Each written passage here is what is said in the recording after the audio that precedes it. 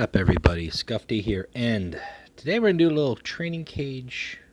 Today I want to talk about something that is, it's not a mechanic, but it is something that's very common throughout multiple cards in the game, why they are important, how they can be used effectively, and how you can make the most of them, and which ones are worth pursuing. What I'm really talking about today is I'm talking about cards that generate other cards. Now, there's a lot of reasons, pros and cons, to both of those, more pros than cons, to be honest with you. First off and foremost, in any card game, card advantage is key. Having more cards in hand, having more options to play off of, is far better than having not enough cards in hand. Having 0 cards in hand, a few things to play off of, having a no-hand and just being reliant simply off of whatever it is that you're drawing, on top decking your entire game. You don't ever want to be in that state. There are a lot of cards, be it warlords, troops, upgrades to warlords, that create cards, and some of them simply enhance a build. Some of them you can create an entire build around. It depends on really what the warlord is. If it's a warlord that creates a card, that's great. That's just a constant. You're going to always have an option, whether that is creating a card in hand that's random, or in the case of like Vulcan, who just has the potential to just always pump out a troop. It's not fantastic, but if he doesn't pump out a troop, he can create a card in hand, so he gets a little bit of the best of both worlds. This creates the card advantage ultimately over the course of 2 or 3 turns. When you create cards in hand that you don't have in your deck, you're expanding your deck. Your deck is 30 cards. You can include copies of the cards that these warlords can create to double down or improve on the effectiveness of that deck. For instance, Ingo Peck, using secret orders, he creates secret orders, and if you really want to double down on the use of gamma order or delta orders, you can include additional ones in your deck to really help facilitate that, as well as cards that copy or create copies of those cards that are in your deck to get even more value out of it. But your deck is still only 30 cards. The fact that Gilliman can create practicals in his hand, or Thiel can create theoreticals in his hand, expands his deck beyond the 30 cards to include not just multiple copies of the theoreticals or practicals that you might already have in your deck, but ones that you don't, and ones that maybe over the course of the game come into play in surprising or unique ways. One of the very first earliest versions of cards that were like this were the Mechindrites and the Marks of Chaos that are created by multiple different troops, whether that's Caliber Hal, the Brotherhood Cultists, whatever the case may be. Zionite creates a Mechindrite. You're playing a card, you're gaining a card that's not out of your deck, and it could be a random card. You don't know what you're going to get in terms of what the effects may be. What will that Mark of Chaos do for your troop? What type of Mechindrite are you going to create? You don't know. However, having the option in the middle of the game, 2 turns down the road, to increase the health of a troop, give it shield, increase the attack, give it cleave, you can improve the cards that you want to improve, as opposed to having just the cards that you had in your deck and you didn't draw the Laz Taul, or you didn't draw a vehicle buff card, or whatever the case may be. You've created more cards in your hand to play upon that. So those are cards that create tactics. Alpha Theta creates those Mechindrites. Used to create these at the end of your turn, now just creates them as a relentless. But they add value because they're always giving you additional options. Those are some of the more common ones in terms of like the chaos, the Marks of Chaos and the Mechindrites. I probably would say are the easiest and most common ones that you're able to create in the game. There is the Cultist there, good old 3-drops, 2-drops, Horus Cultists. Those are the ones with the artwork. I mean, it's a common, it's a Mark of Chaos. could up the attack, could give sneak attack, could give stealth, could do poison damage. That's just enhancing troops, the Mechandrites and the Marks of Chaos. But let's go further on that. Let's talk about cards that add long-term value, that are creating other possibilities in your hand. Many of these, now you'll find, many of these are troops. Many of these are troops. You've got the Pyramid of Tizca, which is a warded troop, but it can create a random tactic in your hand as a relentless. You've got the Sofpek. He can create a random tactic in your hand. You've got the Mount Pharos. You have got Kai Zulain, which is probably the most recent addition to the game. And this one gives you a little bit more flexibility in the fact that you can actually choose what you're getting. The most recent is Crucial Choice, which I could go on this one for a little bit. Surprisingly, it's not fantastic, but it's better than people let on if you play it in the right deck. It shouldn't go in every deck. That one shouldn't go in every deck, but some of these cards that generate cards, especially ones that you get a choice in, certainly have value, because the longer they're out, the more options that they're giving to you. Anybody who's played a game where they haven't been able to remove a Jukebox Starsight and they've had their own cards used against them can vouch for that. That goes all the way back to day one in the game. But as time has gone on, there's become a lot more cards that generate cards. Troops, be it tactics, be it special tactics, such as the theoreticals, the practicals, the secret orders, whatever the case may be. The wonderful thing about the ones that create random Astartes, random troops, random tactics, you never know what you're going to get. You don't know what you're going to get. Your opponent doesn't know what they're going to get. They can't prepare for it. If they're facing you as a Death Guard player, for instance, they can guarantee that you're going to have some healing and that you're probably going to have those 2 endurances, and you're going to play your Death Shroud. Typically, that's your classic Death Guard play. But if you, through the course of creating several random cards, give yourself a Vengeful Spirit or Pride of the Emperor or some other direct damage card that they wouldn't expect, they wouldn't be preparing for it. They might think, okay, what's he got in his hand? What has he created? He hasn't played anything yet. And then you play something that goes completely counterwall. Or you have something that bolsters your troop in a way that it normally wouldn't. For instance, what if you've got your Death Shroud, and then you are able to create a tactic from another legion, such as giving your Death Shroud sneak attack, which seems a little redundant, but what if you gave him Cleave 4? That's pretty beefy. He's only going to have that until he responds, but an 8-body attack with Cleave 4, when your opponent might be thinking that they could just throw up some front lines and block your 8/8, and they're still going to take some damage. It's surprising. It's unique.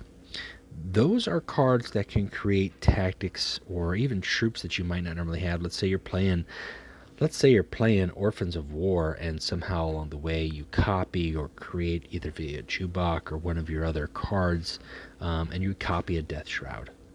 So now, on top of all the juicy goodness of the Orphans of War faction, you also can throw down a Death Shroud, pump up its stats with Cadmus Tyro. That's just nasty. And when that stuff happens, it's very frustrating to players who obviously see their best cards used against them, or cards that they didn't expect. Maybe they're not even a Death Guard player. Maybe you're playing up against, some other player who has already responded to all the heavy hitters that they've got, or they're playing World Eaters and they've played the Conqueror. They get rid of your Cadmus Tyro, and then you drop a Death Shroud. Things are unexpected in that regard. You don't know yourself what to expect because they're random, but neither does your opponent. And generally, especially with the instance of Kai Zulain, some of these newer cards that are allowing us as players to choose what we're getting, we can really fine-tune. Kai Zulain gives you 3 options. Maybe 2 of those options aren't going to do anything for your deck whatsoever. Maybe they're troop buffs. You don't have any troops. Maybe they're tactics that deal damage to troops, and you're playing against a Warlord who doesn't have any troops, like an Angron. Why do you need those cards in your hand? You can go for the other option. You've got a little bit more flexibility. as opposed to having a dead card in your hand. That's really focused value, and that's just as a tactic. Now, those are all troops that you put into play and that you can use, whether through an ability or through relentless or at the end of the turn effect, whatever the case may be. They're all susceptible to cards that affect troops. Hard removal, poisoning, direct damage, whatever the case may be. They're not as guaranteed. There are a couple, and I think as time goes on, we'll see more. Neutral cards, there's several through the course of factions that have got like upgrades to your Warlord, essentially. Most of them just do a specific thing. I think the very first upgrade that we ever saw in the game was Gore Child and Gore Father. These ones simply increase the attack of your Warlord. They don't give you any card advantage value. However, we do have Forge Complex, which is an upgrade that you put on your Warlord for 5, and it gives you troops. It's creating troops in the course of your hand.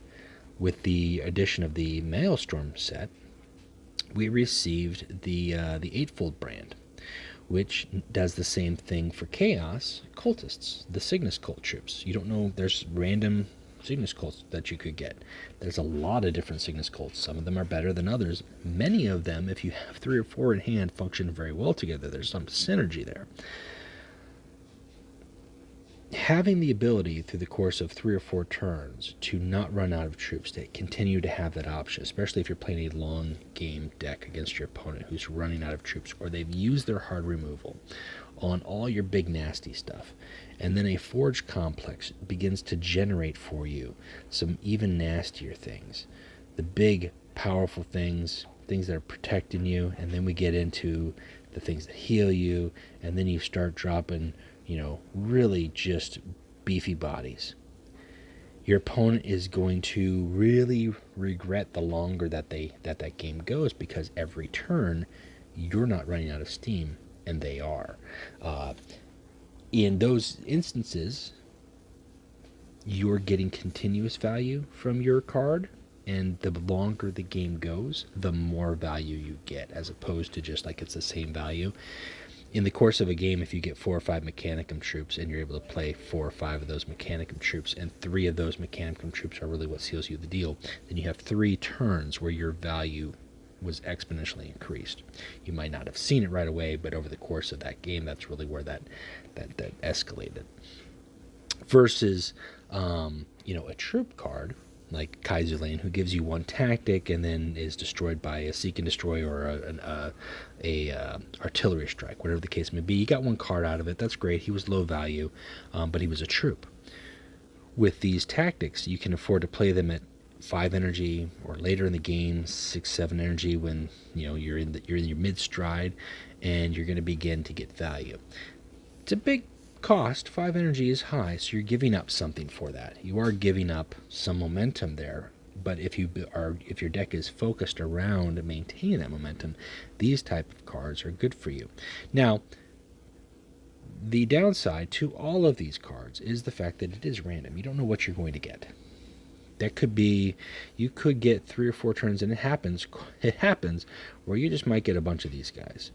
You might get just the low ends of the totem pole. That would actually not be too bad of a thing, but you might get the low ends of the totem pole. You might get some random tactics that you'll never use through the course of your tactic generation, because your deck doesn't do anything for you. You're not playing an opponent who's drawing cards. That's actually not a bad one. That's okay, but it hinges on your opponent having troops, especially Astartes infantry. If they have vehicles, that's not going to do you any good.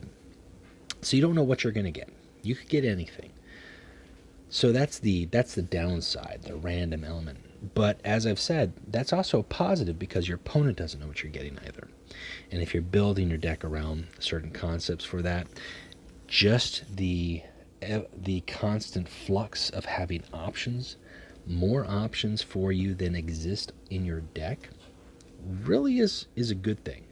Even if it's, okay, I got this double agent, I'm never going to play it, I don't know what I'm going to do with it, okay, alright, it's sitting in my hand for 4 or 5 turns, then my opponent plays a troop. Might as well, I've got the energy, I'll play double agent, get that out of my hand, put it down there, and then that double agent creates a card that wins the game or turns everything around. It's a simple play like that. It's something that you didn't bank on, your opponent certainly didn't bank on, but was an avenue that was never open to you as a result of that. Now, personally, I think that the level of randomness in the game, and it's a digital game, so it allows for that. The algorithms or the programming allows for more random generation than a physical card game. Physical card games typically have a set pool, and if you have a card that creates other cards, it's either one type of card creating counters for, or a select several cards that you could choose from. You know, the small pool of 4 or 5 cards, pick one of those tokens, and it creates that. But we have so much more beyond that as a result of it being a digital game, good and bad. I think these type of features that create cards or give you access to cards outside of your deck are stronger in physical versions of the game because you can really control what you're choosing. If you're going to choose a card like Forged Complex, for instance, that in a physical print game gives you access to 10 specific cards, you know exactly what those 10 cards are, and if none of those 10 cards are going to serve your deck as a whole, then it's not worth including Forged Complex. But because Forged Complex gives you the open range of the entire Mechanicum faction, which will continue to increase as new cards are added to the game, the value of Forged Complex is very high for that certain playstyle. So that's why sometimes you'll see people include Forged Complexes in decks. Not just because it's a free troop, but specifically the value that they're getting, the continuous value that they're getting. Now, in terms of cards that create cards for you, what is the best? It's hard to rank them all side by side, but I would probably rank the top 3. And many of these are going to be in the legendary camp, simply because that's why they're legendary. They're that good. They're that good, and that's why they're legendary. Number 1, in my opinion, I would probably rank Forged Complex as your number 1 card creation, for the reason that unlike your troop cards, your Mount Pharos, your Pyramid of Tizca, your Jubok, your Kaiserlane, Forged Complex, once you play it on your Warlord, it's never going away. There's nothing that your opponents can do about that. That is for every single upgrade card. Servo Harness, the Spear, Gorefather, Medusan Carapace, Raven's Talons, Mercy and Forgiveness. Once you play that upgrade, it's not going anywhere. Your opponent can't do anything about it. You're going to continue to gain value out of that. So if you've got a card that's going to continue to give you troops, whether they're throwaways, extra bodies, front lines, vehicles, powerful things or not, you're going to have options that you didn't have before. Whereas cards like Mount Pharos, your opponent can respond to. They can throw down an outflank. They could return it to your hand with an Ambassador of Melgator. They could flank it with flanking troops. I probably rank Pyramid of Tizca in my number 2. That's just as a personal for me, only for the simple fact that it has Ward. It has Ward and it has 8 health, which makes it very hard for your opponent to deal with. However, the pool of tactics is very wide, so it's not fantastic, but there are many times where I've played a game where I get 4 or 5 tactics that just combination of whatever it is that I'm playing are enough to help me out.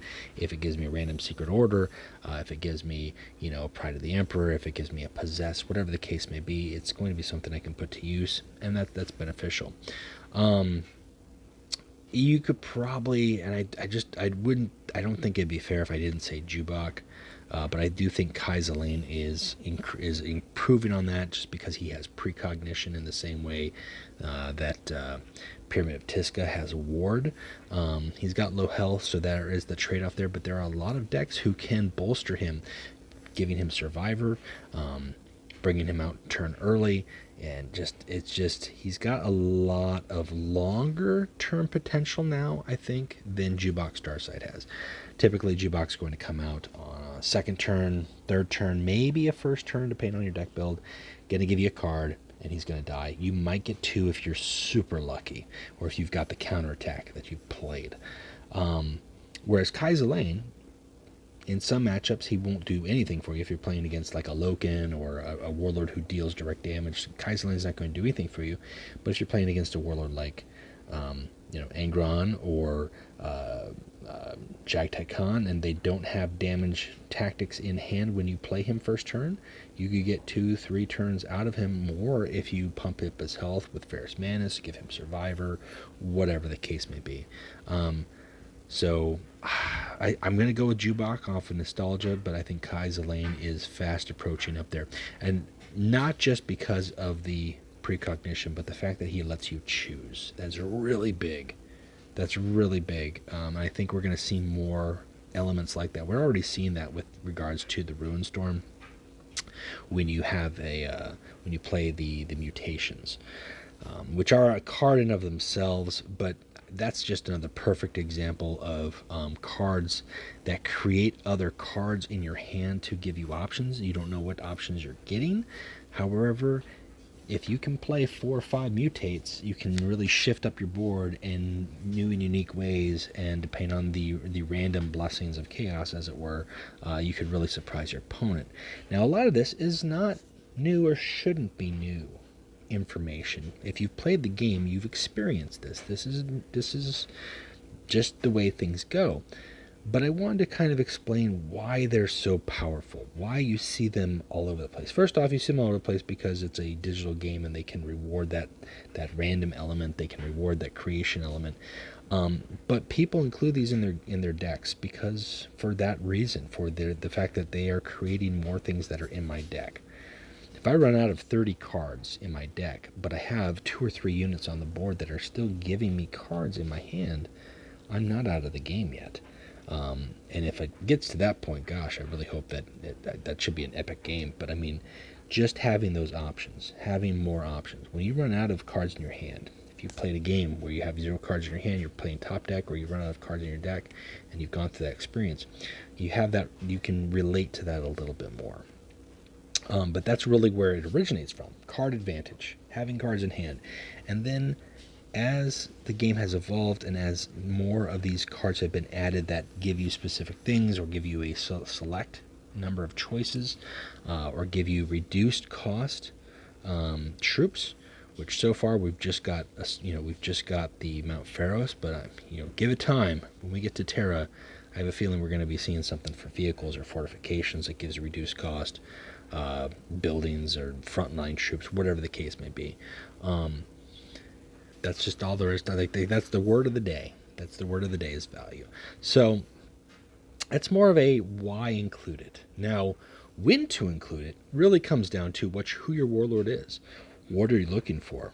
If you're going to put in a bunch of troop creation cards in a warlord or a deck that is focused more on faction or like speed, world leaders are prime example of that. Perhaps even something along the lines of like a Garo deck. You're losing a lot of momentum there by playing a Mount Pharos or playing a Forge Complex, and that might be better served off to play 2 or 3 troops. And if that's the case, that's probably not the best deck for you. However, Zainai 23 is a card that creates another card, which can combine with some of the troops that you might play down. And maybe having a Mechandrite that gives one of your troops cleave 2 or an additional +3 attack is all that you need to seal the deal. Having cards in hand is important for Garo, and their troops especially, but making the most out of his troops to assist his attacks is really key. And that's why some cards that create cards in Garo's deck are better than the bigger cards such as the Mount Pharos, the Forge Complex, the Sofpek. You shouldn't be at that point in the game to stick around and retain those values. On the flip side of that, cards such as Forge Complex, Mount Pharos, Sofpek, and any of the other like beefy card generation cards, or the cards that come in at 5 energy, Cygnus, the Eightfold brand, really operate well with warlords who can either hide behind a wall of front lines, such as Latara, or who are front lines in of themselves, such as Shapura and Decane and Azkalan, Or long-term warlords like Mortarion and Vulcan, who have the resilience and the healing and the slow game. Mortarion at 5 energy, beginning to create Mechanicum troops, knowing that he can play those Mechanicum troops and stun them, is fantastic. But maybe in a Mortarion deck, who really wants to have the Death Shroud out, maybe he doesn't want troops. Maybe he wants tactics, in which case perhaps having a Kaiser Lane or having a Pyramid of Photep that can create several tactics in his hand before he decides to poison it is the way that he wants to go. It's just keeping an eye on your deck. On the flip side of that, if you've got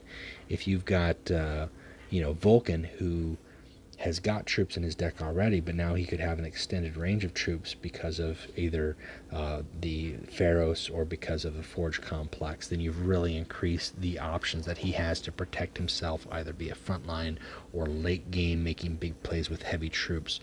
That's not counting tactics that already exist, such as Desperate Defense right now that we're seeing, or the Emperor's Wrath, which is dropping down a bunch of cheap troops for low cost, or even for the Blood Angels, for instance, dropping down Angels. Now that's creating cards for you. It's a card that creates 3 cards, and that's creating troops in play. Kind of the same thing. Creating stuff, 1 card creates 3 cards in play. Ornithop's Barge, 1 card could create 6 cards in play. Now, random, you don't know what you're going to get, and usually it's not what you want exactly, or your opponent gets everything that you don't want. But that's why they're so powerful, and that's why you see them so often, because the game rewards that.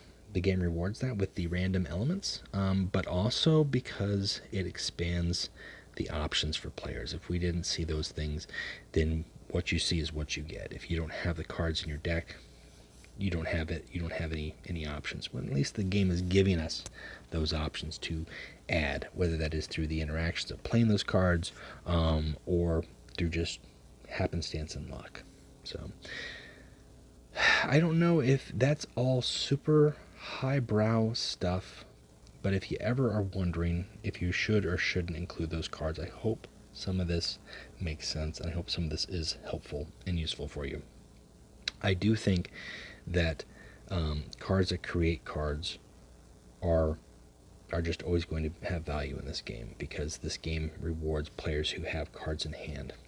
There's no alternate win condition. There's no reward for having 1 card in hand or playing with 1 card in hand, handicapping yourself. There's no such reward. Until the game has something like that, I don't think there's any reason not to want to have more options available to you while you're playing. So that's it for me, guys. I hope this has been useful, and I hope it maybe sparks some interest in looking further into these cards, or including some of them in decks, or at least if you haven't already picked one up, you know which ones that you want to take a look at and save some gems for them, because they do hold their merits. If you can get Mount Pharaohs to stick for 2 turns, it's pretty nice. It's just like having a Jubok that sticks for 2 or 3 turns. So that's it for me, guys. Until next time, keep playing Legions, and we'll talk to you later. Bye.